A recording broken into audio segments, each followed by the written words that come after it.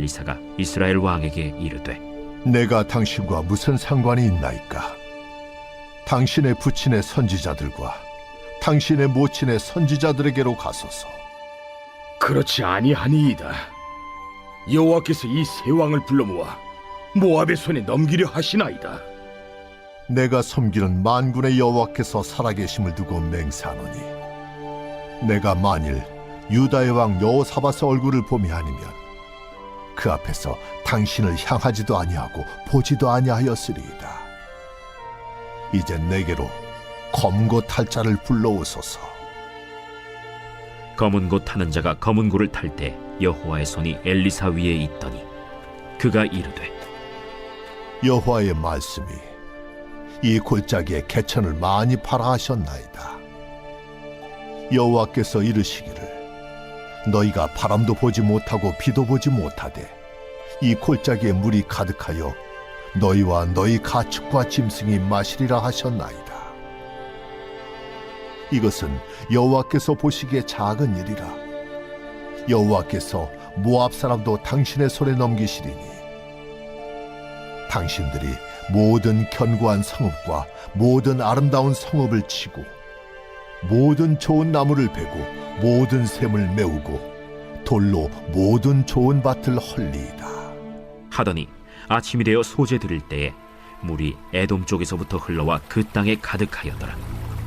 모압의 모든 사람은 왕들이 올라와서 자기를 치려 한다 함을 듣고 갑옷 입을 만한 자로부터 그 이상이 다 모여 그 경계에 서 있더라. 아침에 모압 사람이 일찍이 일어나서 해가 물에 비침으로 맞은편 물이 붉어 피와 같음을 보고 이르되 이는 피라. 틀림없이 저 왕들이 싸워 서로 죽인 것이로다. 모압 사람들아, 이제 노략하러 가자 하고 이스라엘 진에 이르니 이스라엘 사람이 일어나 모압 사람을 쳐서 그들 앞에서 도망하게 하고 그 지경에 들어가며 모압 사람을 치고 그 성읍들을 쳐서 헐고 각기 돌을 던져 모든 좋은 밭에 가득하게 하고 모든 샘을 메우고 모든 좋은 나무를 베고 길 하레셋의 돌들은 남기고 물매꾼이 두루 다니며 치니라. 모압 왕이 전세가 극렬하여 당하기 어려움을 보고 칼찬 군사 700명을 거느리고 돌파하여 지나서 에돔 왕에게로 가고자 하되 가지 못하고 이에 자기 왕위를 이어 왕이 될 맏아들을 데려와 성 위에서 번제를 드린지라. 이스라엘에게 크게 경노함이 임하매 그들이 떠나 각기 고국으로 돌아갔더라. 할렐루야. 오늘 하루도 하나님의 말씀 앞에서 거룩하신 주님의 뜻과 진리를 따라 승리하는 삶을 사시길 축복합니다. 오늘 본문에는 네 나라의 왕과 하나님의 사람 엘리사가 등장합니다. 네 개의 나라는 남유다와 북이스라엘, 그리고 에돔과 모압입니다. 에돔은 남유다의 속국이었고 모압은 북이스라엘의 속국이었습니다. 속국은 아시는 것처럼 자신이 섬기는 나라에 조공을 바쳐야 합니다. 그렇게 에돔은 유다를, 모압은 이스라엘을 각각 섬겨왔습니다. 그런데 이것도 늘 지속되는 것이 아니라 힘의 논리에 따라 변하기 마련입니다. 지금 북이스라엘은 아합 왕이 죽고 그 아들인 여호람이 왕이 된 시기입니다. 모압 입장에서는 북이스라엘의 힘이 빠졌다고 생각했는지 그동안 바쳐오던 양털 조공을 중단하고 북이스라엘을 배반하였습니다. 이에 북이스라엘의 왕인 여호람은 자신을 배반한 모압을 책망하기 위해 군대를 소집합니다. 그리고 남유다 왕 여호사밧에게도 전쟁에 동참하기를 권했고 남유다뿐만 아니라 남유다의 속국인 에돔도 모압 징벌 전쟁에 소환되었습니다. 그래서 북이스라엘과 남유다, 에돔 이렇게 세 개 연합국이 모압을 치러 가기 위해 출발하였습니다. 그런데 광야길에 들어선 지 7일째 되는 날 더 이상 버틸 물이 없어서 큰 곤경에 처하게 됩니다. 우리는 이렇게 살다 보면 고난과 어려움을 만나게 될 때가 있습니다. 나름 만반의 준비를 하였고 부족함 없이 대책을 잘 세운 것 같았는데 예상치 못한 감당이 안 되는 그런 어려움을 겪을 때가 있습니다. 한번 생각해 보십시오. 왕이 군사를 거느리고 전쟁에 나설 때 얼마나 많은 준비와 물자와 인력을 동원했겠습니까? 그러나 왕의 재력과 능력에도 금방 한계를 직면하게 되는 것처럼 우리도 인생 가운데 정말 많은 좌절과 어려움을 맞닥뜨릴 때가 있습니다. 그러나 우리 그리스도인들이 기억해야 할 것은 그때가 바로 하나님을 찾을 기회라는 것입니다. 내 힘으로 안 될 때가 바로 기도할 때이며 감당할 수 없는 어려움 앞에 섰을 때 바로 그때가 주님 앞에 엎드릴 때입니다. 세 나라의 왕들은 이 어려움을 돌파하기 위해 선지자를 찾았습니다. 선지자를 찾았다는 것은 하나님을 찾았다는 의미입니다. 그렇게 왕들은 선지자 엘리사를 만나게 되었고 엘리사에게 도움을 요청했습니다. 그런데 엘리사는 그 3명 중에 북이스라엘 왕 여호람이 있는 것을 보고는 불쾌한 마음을 그대로 표출합니다. 왜냐하면 여호람의 부모인 아합 왕과 이세벨이 하나님을 대적하고 이스라엘을 큰 영적 타락으로 이끌었기 때문이었습니다. 그래서 엘리사는 여호람의 부친과 모친을 언급하며 왕들을 돌려보내려 합니다. 오늘 본문이 여기에서부터 시작되는데요. 13절을 보겠습니다. 엘리사가 이스라엘 왕에게 이르되 내가 당신과 무슨 상관이 있나이까? 당신의 부친의 선지자들과 당신의 모친의 선지자들에게로 가소서 하니 이스라엘 왕이 그에게 이르되 그렇지 아니하니이다. 여호와께서 이 세 왕을 불러 모아 모압의 손에 넘기려 하시나이다 하니라. 엘리사의 꾸지람에도 여호람은 물러서지 않고 다시 한번 엘리사에게 도움을 요청합니다. 재차 요청할 때 엘리사가 수락을 하긴 하지만 이는 여호람의 간청 때문이 아니라 남유다 왕 여호사밧이 함께 왔기 때문이라고 명확하게 언급합니다. 14절입니다. 엘리사가 이르되 내가 섬기는 만군의 여호와께서 살아계심을 두고 맹세하노니 내가 만일 유다의 왕 여호사밧의 얼굴을 봄이 아니면 그 앞에서 당신을 향하지도 아니하고 보지도 아니하였으리이다. 이 구절에서 우리는 복음의 진리와 은총의 신비를 보게 됩니다. 우리가 예수 그리스도의 보혈로 죄사함을 받지 못했다면 우리는 하나님의 얼굴을 볼 수 없는 어둠의 자녀요, 죄의 자녀로 아무런 소망이 없는 존재였을 것입니다. 하지만 유월절 어린 양의 피를 보고 죽음의 사자가 유대인의 가정을 넘어간 것처럼 영원한 제물이 되신 우리 예수님의 보혈로 우리는 영원한 사망에서 벗어나 참 생명을 누리게 되었고 하나님의 은총을 입게 되었습니다.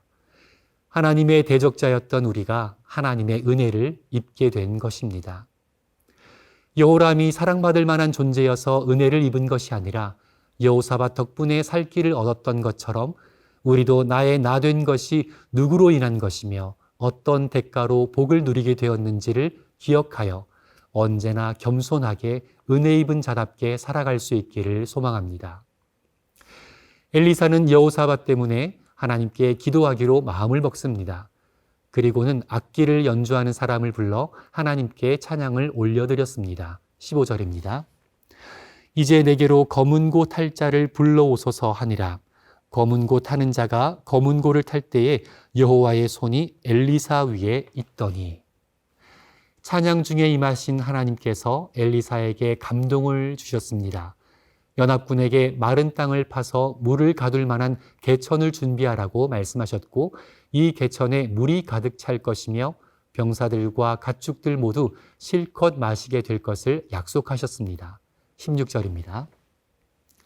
그가 이르되 여호와의 말씀이 이 골짜기에 개천을 많이 파라 하셨나이다. 여호와께서 이르시기를 너희가 바람도 보지 못하고 비도 보지 못하되 이 골짜기에 물이 가득하여 너희와 너희 가축과 짐승이 마시리라 하셨나이다. 인간적인 시선으로 보면 정말 말도 안 되는 기적이 일어난 것입니다. 메마른 광야길에서 갑자기 우물이 생겨나고 개천이 흐르게 되었습니다. 그러나 이마저도 하나님의 전능하신 능력 앞에서는 아무것도 아님을 언급합니다. 이것보다 더 큰 일, 바로 전쟁에서도 승리하게 될 것을 말씀해 주셨습니다. 이것은 여호와께서 보시기에 작은 일이라. 여호와께서 모압 사람도 당신의 손에 넘기시리니 당신들이 모든 견고한 성읍과 모든 아름다운 성읍을 치고 모든 좋은 나무를 베고 모든 샘을 메우고 돌로 모든 밭을 헐리이다 하더니 아침이 되어 소재 들을 때에 물이 에돔 쪽에서부터 흘러와 그 땅에 가득하였더라. 물이 없어서 더 이상 전진할 수도 퇴각할 수도 없는 진퇴양난의 고비에서 하나님께서는 물을 공급하심으로 구원의 은총을 베풀어 주셨습니다. 그리고 구원하실 뿐만 아니라 전쟁에서 승리하도록 인도하셨습니다. 한 가지 재미있는 사실은 그 승리의 방법이 마치 동화의 한 장면처럼 어처구니 없어 보인다는 것입니다. 21절부터 읽겠습니다. 모압의 모든 사람은 왕들이 올라와서 자기를 치려한다함을 듣고 갑옷 입을 만한 자로부터 그 이상이 다 모여 그 경계에 서 있더라. 아침에 모압 사람이 일찍이 일어나서 해가 물에 비침으로 맞은편 물이 붉어 피와 같음을 보고 이르되 이는 피라. 틀림없이 저 왕들이 싸워 서로 죽인 것이로다. 모압 사람들아 이제 노력하러 가자 하고. 모압의 진영에서 아침 일찍 연합군 진영의 동태를 살피려고 했을 때 상식적으로는 관찰될 수 없는 장면이 보였습니다. 해가 물에 비쳐 진영 일대가 붉게 물들어 보인 것입니다. 연합군의 진영 쪽에 물이 있을 거라곤 당연히 생각을 못했기에 저 붉게 보이는 것은 당연히 피라고 여겼고, 그리고 그 피는 연합군 내부에 갈등이 생긴 것으로 자연스럽게 연상하게 된 것입니다. 그렇게 모압의 군인들은 칼이 아닌 물건을 노력할 보자기와 밧줄을 들고 피바다로 변한 적진으로 뛰어들었습니다. 그런데 그것이 피바다가 아니라 사실은 매복해 있던 병사들이 가득한 진영이었던 것입니다. 그러니 그 병사들을 당해낼 재간이 없었던 것이죠. 24절입니다. 이스라엘 진에 이르니 이스라엘 사람이 일어나 모압 사람을 쳐서 그들 앞에서 도망하게 하고 그 지경에 들어가며 모압 사람을 치고 그 성읍들을 쳐서 헐고 각기 돌을 던져 모든 좋은 밭에 가득하게 하고 모든 샘을 메우고 모든 좋은 나무를 베고 길하레셋의 돌들은 남기고 물매꾼이 두루 다니며 치니라. 우리는 성경을 볼 때마다 하나님의 은총과 하나님의 하시는 방법을 보며 감탄하게 됩니다. 또 사람의 상식을 초월하신다는 것을 깨닫게 됩니다.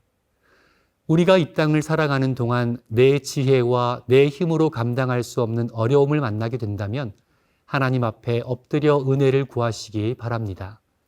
그리고 내가 은혜를 누리는 것도 내가 복을 받음도 나의 자랑이 아닌 오직 예수님의 대속과 하나님의 전적인 사랑에서 비롯됨을 기억하시기 바랍니다. 끝으로 나의 삶을 통해 내 주변에 믿지 않는 사람들이 복을 누리며 하나님의 은혜를 경험하도록 축복의 통로가 되는 인생 되시길 주님의 이름으로 축복합니다. 함께 기도하겠습니다. 사랑의 하나님 아버지, 오늘 하루도 주님께서 허락하신 말씀으로 이 하루를 시작하게 하심에 감사드립니다.